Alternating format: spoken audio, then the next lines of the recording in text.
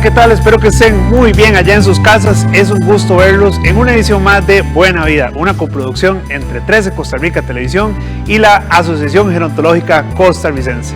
Mi nombre es Adrián Naranjo y hoy voy a estar acompañándolos acá. Mi compañera Ivonne Blanco no va a poder estar hoy el día de hoy, así que le mandamos un gran saludo y le deseamos una pronta recuperación. Hoy en Buena Vida vamos a conmemorar el Día Mundial del Alzheimer con el doctor Alice Felipe Selec, quien nos explica sobre esta enfermedad desde el punto de vista clínico. También vamos a hablar de los quelites en nuestra sección de gastronomía y vamos a mantener, como siempre, nuestra mente activa. Les recuerdo que si tienen alguna duda o alguna consulta o si quieren conversar con nosotros, pueden enviarnos un mensaje al correo buenavida@ageco.org y también pueden escribirnos al número telefónico que aparece en estos momentos en pantalla. ¿Qué les parece si vamos a iniciar con nuestra sección de sabores de casa, donde vamos a hablar sobre el uso de los quelites? Así que vamos a escuchar a don Romano González, nutricionista y antropólogo de la Escuela de Nutrición de la Universidad de Costa Rica, que nos cuenta todo lo que debemos saber sobre los quelites.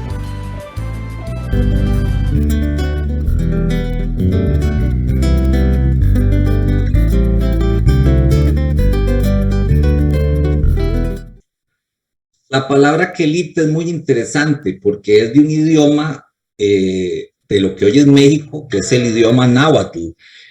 Hay otras palabras de este origen: elote, jocote, chocolate, aguacate, tamal, tomate, son palabras del náhuatl.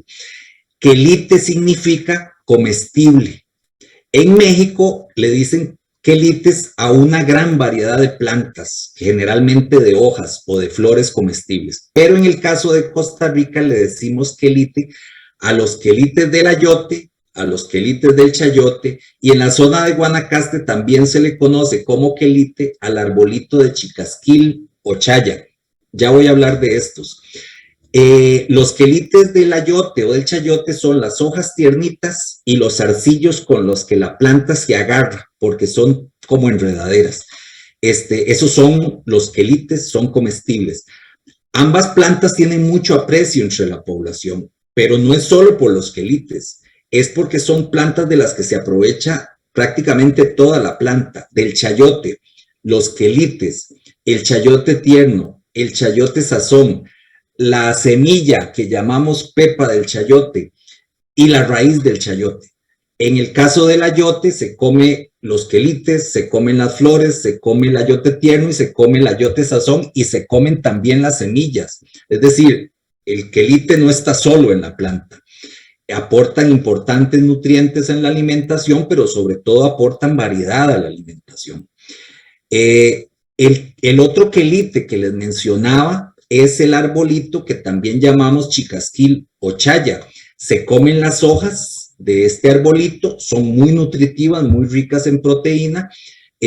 Lamentablemente cada vez tanto los quelites del chayote, del ayote, como el chicasquil son cada vez menos consumidos por la población. Es parte de lo que deberíamos recomendarle al productor, al señor que nos vende en la feria del agricultor, tener a mano para comprarle también. Y tal y como les contamos al inicio del programa, hoy conmemoramos el Día Mundial del Alzheimer. Y para hablar sobre eso nos acompaña en Buena Vida el doctor Alice Felipe Selec. Muchas gracias, doctor, por acompañarnos el día de hoy. Gracias a ustedes por invitarme. Es un placer colaborar con ustedes en la experiencia que uno tiene en compartir conocimientos. A la disposición. Doctor, ¿qué le parece si comenzamos con algo que es básico al hablar sobre este tema? ¿Qué es el Alzheimer? Bueno, el Alzheimer en concepto ha evolucionado bastante en los últimos años. Realmente es una enfermedad que la mayoría de las personas la conocen con los trastornos que tienen las personas cuando la padecen. Sin embargo, en los últimos años se ha dado cuenta de que la enfermedad de Alzheimer es más allá que una demencia. Hay una etapa de la enfermedad de Alzheimer donde no hay demencia y empieza en la década de los 40 del sujeto Y en ese tiempo no hay síntomas. No se conoce que el paciente va a tener después una demencia en el curso de la enfermedad de Alzheimer. Entonces, bajo esas circunstancias, tenemos que hablar de que la demencia tiene una etapa preclínica o asintomática y una etapa clínica sintomática donde hay un trastorno neurocognitivo mayor, sinónimo de demencia. Este concepto es el nuevo, ya no se debe hablar tanto de demencia porque se decidió a nivel internacional utilizar el término de trastorno neurocognitivo mayor para estos casos. Y realmente la enfermedad de Alzheimer es la causa más frecuente de trastorno neurocognitivo mayor o demencia, y el concepto se amplía a una etapa predemencia y una etapa demencial. En la etapa demencial, que es la mayoría donde se conoce, es la etapa donde la persona empieza a tener trastornos de la memoria, principalmente a la memoria reciente o lo que se conoce como memoria episódica a nivel neuropsicológico, y esto va incrementándose en el tiempo de manera lenta y progresiva. Y en dependencia del tipo o variante genética que aparezca, entonces algunos evolucionan más rápido antes de los 65 años, otros evolucionan más lento después de los 65 años. Pero la enfermedad incluye un trastorno donde la persona tiene alguna alteración, principalmente de la memoria en el área de la cognición, que en la medida que avanza el tiempo va afectando el lenguaje, las funciones ejecutivas, la comunicación, el comportamiento, y va perdiendo la autonomía. Es importante entender que hablamos de demencia o trastorno neurocognitivo mayor causado por Alzheimer u otra incluso, cuando se empiezan a afectar la autonomía y la dependencia o no a las actividades de la vida diaria. Mientras más independiente es el sujeto, pues menos podríamos decir que está entrando en una demencia. Sin embargo, cuando ya tiene alteraciones en las actividades de la vida diaria, donde depende de otros para sobrevivir, ya estamos dentro del concepto de demencia, y en este caso en el curso de la enfermedad de Alzheimer. Es decir, tenemos que entender que en todo el proceso de la enfermedad de Alzheimer hay una etapa muy importante, que eso se descubrió en los últimos 10 años, precisamente en investigaciones que se hicieron a grupos de personas que no tenían demencia todavía. Entonces se entendió de que aparecen los cambios neurobiológicos en el cerebro mucho antes de que aparezca como tal la demencia. Entonces, concretando esto, la enfermedad de Alzheimer tiene una evolución bastante larga, una etapa predemencial y una etapa demencial, que es la que la mayoría de las personas conocen. Doctor, algo que quizás muchas personas se estén preguntando en sus casas: ¿a qué edad pueden presentarse los síntomas del Alzheimer desde esa etapa predemencial? Realmente la etapa predemencial solo se diagnostica si investigamos. Es decir, si agarramos 100 personas y empezamos a hacerle estudios en el líquido cefalorraquídeo, estudios de neuroimagen cerebral, entonces podríamos identificar o detectar eso. Sin embargo, esto no se hace, primero porque es muy costoso, y segundo porque está circunscrito a cuestiones puramente científicas de investigación, sobre todo porque no es muy válido, no es muy ético empezarle a decir a algunas personas que tienen enfermedad de Alzheimer sin demencia, cuando no tenemos todavía algunas herramientas para cambiar la evolución de la enfermedad. Generalmente la demencia en el curso de la enfermedad de Alzheimer aparece en 3 variantes antes de los 65 años, de 55 años en adelante, pero la mayoría, este grupo de evolución más rápida, tórpida, antes de los 65 años, no es más del 6 o el 5% del grupo completo de pacientes con Alzheimer.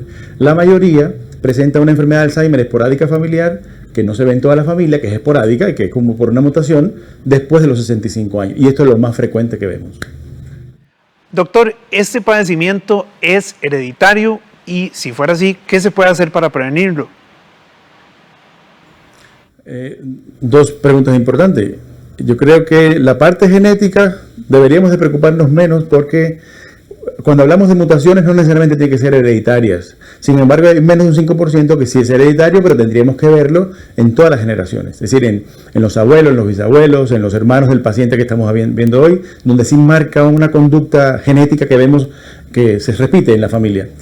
La más frecuente es la que podemos prevenir. Y es interesante algo, seguimos con el mismo eslogan médico que dice: lo que es bueno para el corazón es bueno para el cerebro. Entonces, ¿qué es bueno para el corazón? Bajar de peso, hacer ejercicio, evitar el colesterol alto, tratar la hipertensión arterial, tratar la diabetes, no fumar, mantener una circunferencia abdominal en el ombligo que sea menos de 90 centímetros.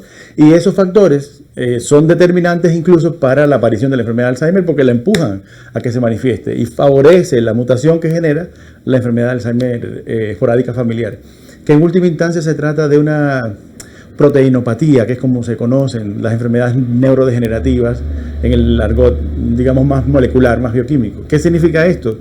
Que aparece una mutación en la depuración o limpieza, para decirlo de alguna manera, de la proteína beta-amiloide en el cerebro, que es una proteína que transporta colesterol, es una proteína de membrana que tiene un mecanismo donde se le cortan algunos pedacitos que digamos que son como basura. Y para que lo entiendan mejor, el recogedor de la basura no pasa, se acumula tanto internamente de la célula como afuera de la célula, se convierte en una sustancia tóxica y favorece la muerte neuronal, y la muerte neuronal empieza a generar desconexiones de las diferentes redes, que principalmente sucede en el hipocampo, que es la zona, digamos, que tenemos la biblioteca nuestra, de toda nuestra memoria. Lo que pasa es que la biblioteca nuestra tiene, como decir, un proceso donde cuando estamos aprendiendo algo nuevo, eso entra codificado y se almacena, y después hay que tener el mecanismo para evocarlo de nuevo. Eso se rompe ahí.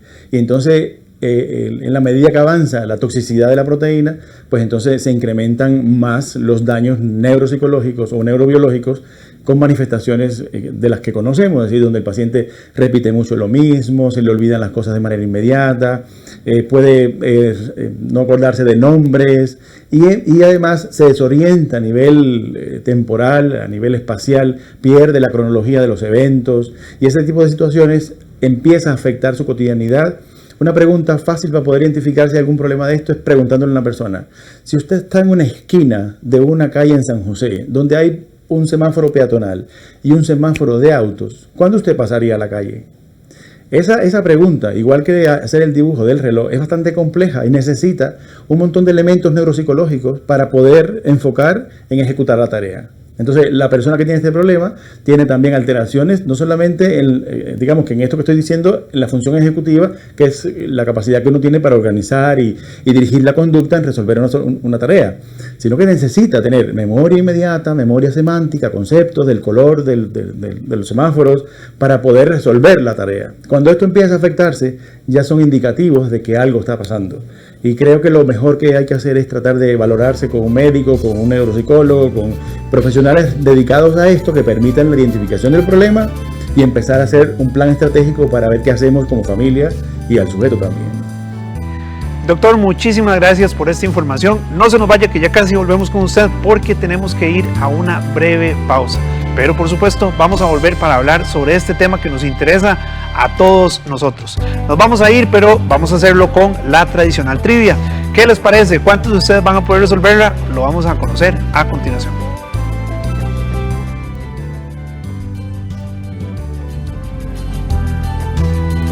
¿Cómo inició Marco Antonio Solís su carrera en la música? ¿En un dueto con su primo? ¿En la banda de los Bukis? ¿Como solista en un bar? ¿En un coro religioso? Se lo contamos al volver de esta pausa.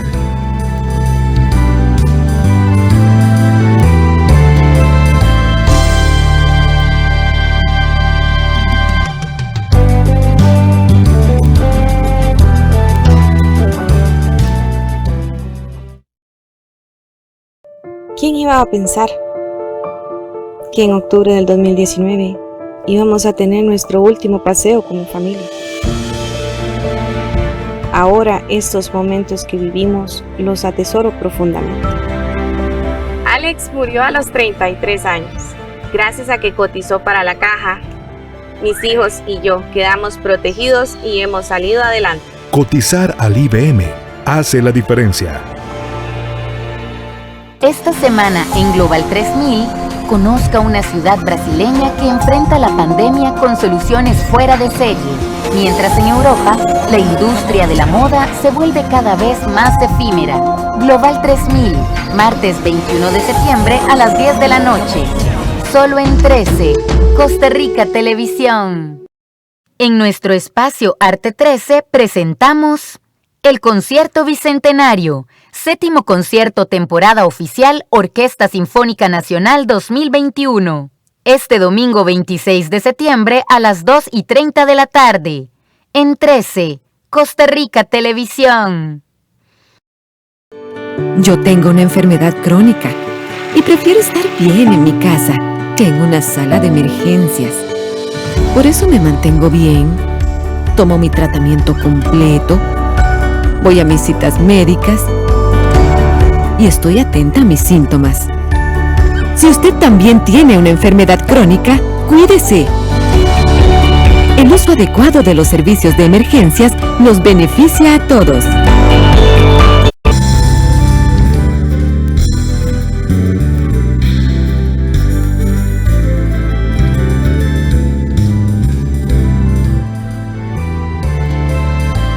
¿Cómo inició Marco Antonio Solís su carrera en la música? El inicio de Marco Antonio Solís en la escena musical fue en 1970, cuando el cantante tenía apenas 10 años. Entonces, el popular Buki formó un dueto con su primo Joel Solís, que más tarde debutaría en televisión bajo el nombre de los Hermanitos Solís.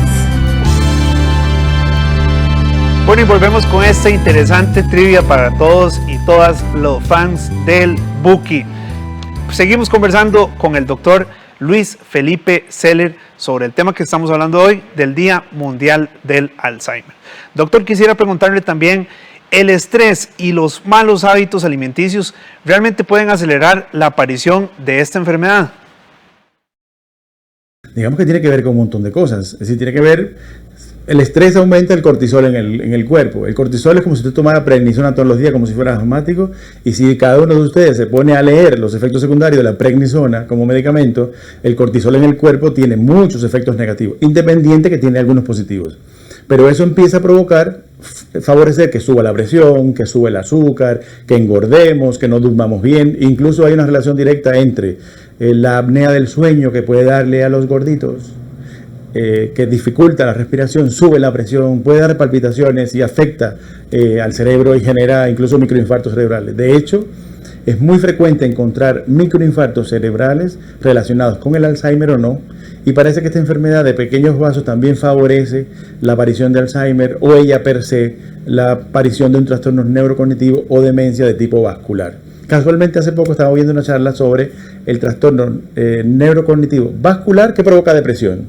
Y es una depresión que a veces se confunde como la depresión que vemos mayor secundaria a situaciones específicas, de tristeza por la pérdida de un hijo, por ejemplo, pero parece ser que cuando se afecta un área que tiene que ver con un circuito relacionado con la interpretación nuestra de la vida y las emociones, eso hace que aparezca una depresión de causa vascular. Entonces, los factores vasculares son muy importantes y esos son, digamos, donde tenemos que atacar principalmente desde el punto de vista preventivo. Porque si bajamos el colesterol, controlamos la presión, controlamos la diabetes, hacemos ejercicio, porque somos animales de movimiento, para decirlo de alguna manera, y si nos detenemos, ahora la pandemia nos encerró un poco, pero ya que hay un poquito de apertura, deberíamos aprovechar para volver a caminar, para volver a hacer algún tipo de ejercicio, y este tipo de cosas previene realmente este tipo de enfermedades. Doctor, una pregunta que es fundamental. ¿Cuál es el tratamiento para el Alzheimer? El tratamiento es multidimensional, no es solamente un medicamento. De hecho, los medicamentos que tenemos en el mercado costarricense son los mismos que tenemos en China, en Rusia y en Estados Unidos. Es decir, y por dicha lo tenemos.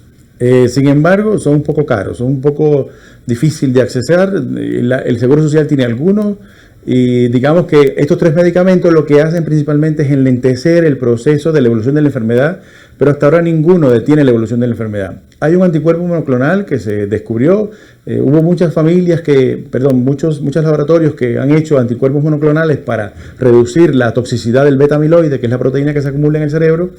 Sin embargo, hay controversia con el efecto de estos medicamentos. La FDA o la organización en Estados Unidos que se dedica a aprobar la utilización de medicamentos, aprobó un nuevo medicamento para ellos. Sin embargo, seguimos en controversia con eso, pero no es tan accesible todavía. Existe otro medicamento, la memantina como molécula, que también bloquea la toxicidad de otros neurotransmisores que se liberan en el cerebro y que disminuye la evolución o la progresión de la enfermedad. Pero ninguno de estos medicamentos cura la enfermedad. Todavía no tenemos una cura para la enfermedad. Pero sin embargo, cuando digo que es multidimensional el tratamiento, se refiere a que tenemos que tener en cuenta lo que mencioné de la prevención, es decir, el control de los factores de riesgo que empeoran la situación y aceleran cuando no se controlan bien la evolución de la enfermedad, pero también una parte que tiene que ver con la acción de terapia física, de hacer ejercicio, con la acción de terapia ocupacional para no perder las habilidades de la vida cotidiana. También está la parte neuropsicológica que permite estimulación cognitiva y digamos una nutrición adecuada con antioxidantes y comida saludable permitiría de alguna manera como enlentecer el proceso, pero realmente no tenemos un tratamiento específico. Una parte, un pilar importante en el manejo de esto es la familia, porque la familia es interesante, uno ve que cuando el cuidador principal está enfermo, está quemado, como se dice, y no logra manejar bien porque emocionalmente está muy cargado, el paciente también se afecta en conductas, en emociones. Entonces el tratamiento tiene que ser multimodal, interdisciplinario, para que sea mucho más efectivo y no solamente el tema de un medicamento. Doctor Alice Felipe Seller de Fundalzheimer, muchas gracias por acompañarnos el día de hoy en este tema tan importante. Con mucho gusto, un placer, como siempre. Bueno, llegó el momento de hacer una nueva pausa, pero nos vamos a ir esta vez con esa actividad que tanto nos gusta. Vamos a irnos con Activamente, esta vez recordando apellidos que tienen nombres de cosas. No se vayan, que ya casi volvemos con Buena Vida.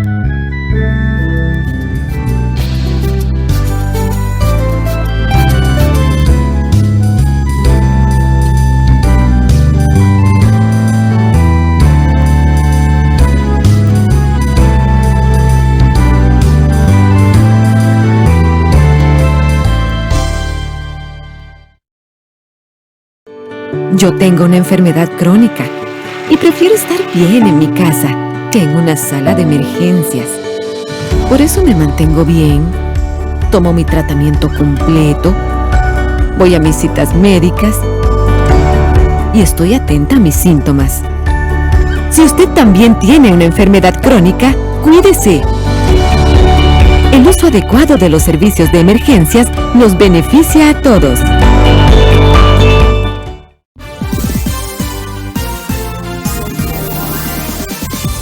Los domingos a las 7:30 de la noche tenemos el sorteo de la Lotería Nacional. Desde la Junta de Protección Social de San José. Solo en 13, Costa Rica Televisión. En conmemoración del bicentenario de nuestra independencia, el Centro de Cine y el CINART presentamos un espacio designado a rescatar clásicos de nuestra cinematografía. Cine del Bicentenario, con el documental Hecho en Costa Rica, de Carlos Sáenz y Antonio Iglesias. El 24 de septiembre a las 9:30 de la noche y el 26 a las 10 de la mañana y a las 9 de la noche.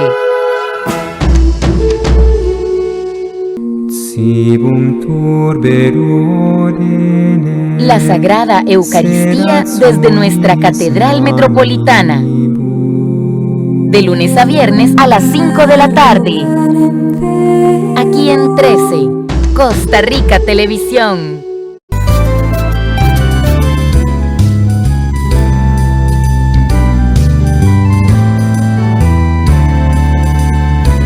Muchas gracias por acompañarnos acá en Buena Vida, una coproducción entre 13 Costa Rica Televisión y la Asociación Gerontológica Costarricense. Llegó el momento de abordar la cápsula de temática semanal y vamos a recibir a Gabriela Ortiz de Terapia de Lenguaje de Fundalzheimer, que nos va a dar consejos para las familias de personas que tengan Alzheimer en sus casas.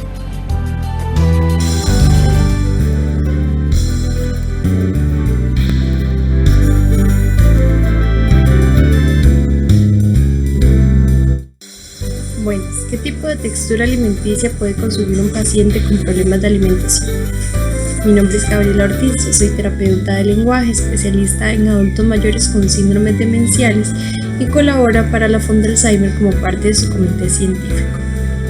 Muy bien, aquellos adultos mayores que padecen o tienen problemas para alimentarse o para deglutir, que sería en este caso el acto de poder tragar el alimento, tienen una patología que le llamamos disfagia. Disfagia va a ser aquella patología o aquel padecimiento que nos impide poder procesar el alimento de forma correcta, ya sea en la fase oral, que es cuando efectuamos la biomecánica de poder formar ese alimento en un bolo alimenticio, o de la fase faríngea, que es el momento que activamos nuestro reflejo disparador deglutorio para poder deglutirlo. Entonces, aquellas personas que tienen una dificultad para poder procesar ese bolo de forma adecuada van a padecer de lo que llamaríamos disfagia, ya sea porque tienen problemas dentales, porque la patología demencial no lo deja recordarse de ese acto voluntario que es tragar o de poder masticar el alimento de forma adecuada. Entonces, el tipo de textura va a depender de lo que necesite el paciente. Es importante tener en cuenta 3 puntos esenciales: que la alimentación sea segura, sea eficaz y sea placentera. ¿A qué me refiero con esto? A que el paciente no se ahogue, no dure demasiado tiempo y siempre la alimentación sea de forma placentera. Una vez que estas 3 o alguno de estos puntos, de esos 3 puntos ya no sea así, es importante poder cambiar la alimentación para una textura que sí lo sea.